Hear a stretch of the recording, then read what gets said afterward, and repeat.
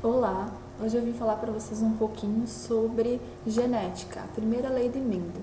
Então, Mendel ele foi um monge que ele começou a estudar ervilhas, lá no mosteiro onde ele vivia. Então ele plantava ervilhas e ele começou a verificar que haviam variações no tipo da cor, no tipo da folha, na altura. Então ele começou a pensar por que ocorriam essas variações. Então, a primeira geração dele, que ele chamou de geração parental, seriam as gerações puras.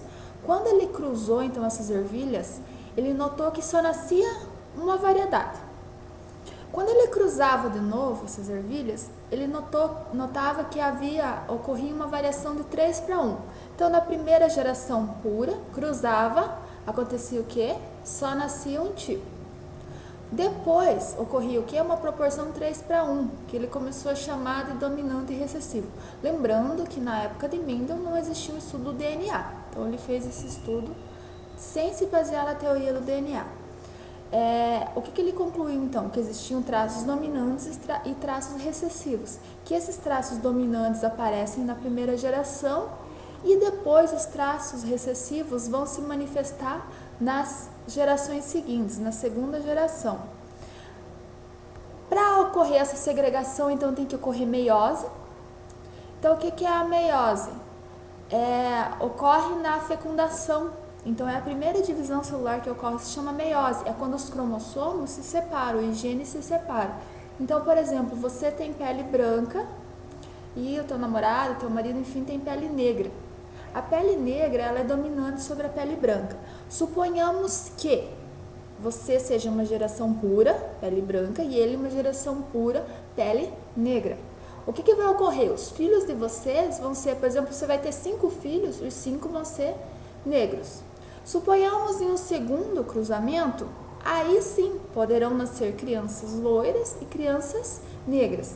Aí que tá, um casal negro pode ter uma criança loira, perfeitamente. Por quê? Porque eles podem levar o gene recessivo. O que não ocorre é o inverso.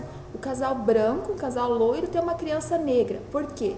Porque a cor preta é uma característica dominante. E sabemos que fatores recessivos são homozigotos. O que é ser homozigoto? Azinho, azinho, suponhamos. São letras minúsculas representadas por letras minúsculas. A característica dominante ela pode ser homozigoto ou heterozigoto. O que é homozigoto? Azão, azão. O que é heterozigoto? Azão, azinho.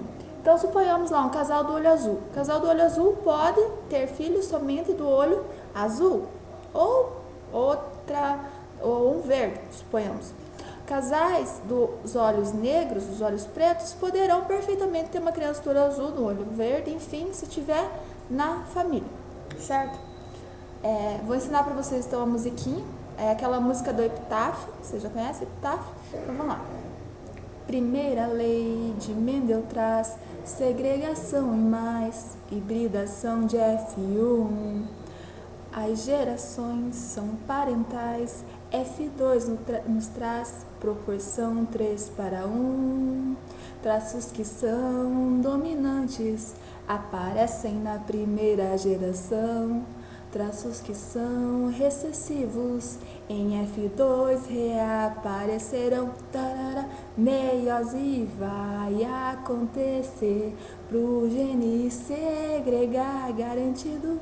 Meiose vai acontecer pro gene segregar. Então vamos lá.